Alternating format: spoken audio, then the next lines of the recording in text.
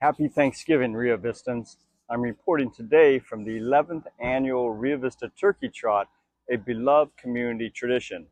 Fun fact, it was actually founded by my wife, Dr. Sanadu, who ran it back in 2014, back when we were both avid runners.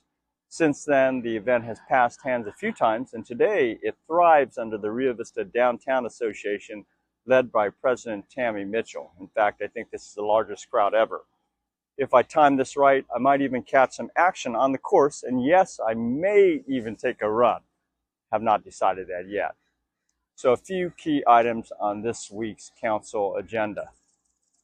With the retirement of our current community services officer, and thank you, Renee Sousa, for all your dedicated hours, council was asked to consider reclassifying this part-time role to full-time. Our city manager creatively utilized reimbursable compliance funds from Mount Diablo Resource Recovery, which was allocated under Senate Bill 1383, the Short Climate Pollutant Reduction Act. In short, SB 1383 supports organics collection enforcement to ensure residents are placing organic waste into the brown bin and not commingling it with other waste. This reclassification not only supports compliance needs, it delivers an estimated $9,000 in annual cost savings to the bottom line. This measure obviously passed quite easily. Second up was campaign contributions. Campaign contributions have been debated in the past, with concerns raised that some candidates hesitated to run due to perceived campaign costs. Filing fees and communications advantages like banners, ads, and outreach volume are real factors, even though campaigns don't technically require spending at all. I am personally less focused on campaign spend limits and more concerned about individual donation caps to avoid even the perception of quid pro quo. To maintain public trust, we unanimously approved a $500 contribution cap from individuals and entities, and we will continue to follow state guidelines regarding total election and personal contribution limits. Finally, we discussed the transient occupancy tax. TOT is a hotel night tax that applies to everything from Airbnbs to motels. Each year, we collect around $30,000, which we then reimburse back to service organizations running tourist-driven programs that provide local commerce or promote. While TOT funding has been in place since 2015, the process was originally structured to reimburse projects after they were completed.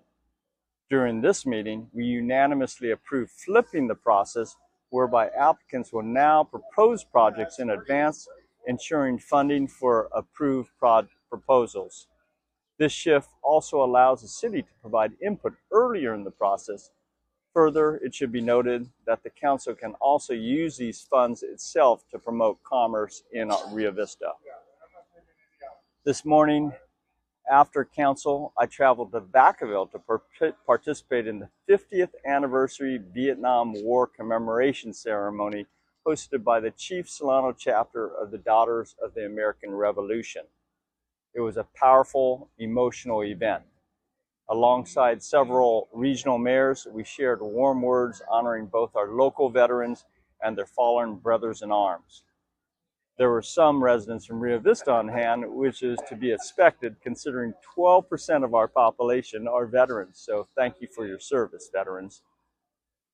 Then, later that day, back in Rio Vista, we held a first ever strategy session to prioritize city objectives for the coming year. Most objectives were not new, but we collaborated with active community members to rank and refine right priorities, including a handful of new great ideas from some of the people. City staff is stretched thin, and this effort will help teams better prioritize initiatives and plan strategies. The final priority list will return to council for approval. Then, on Thursday, select community members joined us for an Army base site reuse discussion, followed by a community forum where roughly 25 residents joined us. Your participation was hugely appreciated. I also wish to send a sincere thank you to Congressman Mike Thompson and EPA Region 9 for supporting the city's ongoing effort to return this site to productive use. There are many, many compelling ideas on the table, and we all look forward to the highest and best use development, which will drive future investment, jobs, and Delta ingenuity. Now, let's see what's happening out on the course, and I'll get back to you in a moment.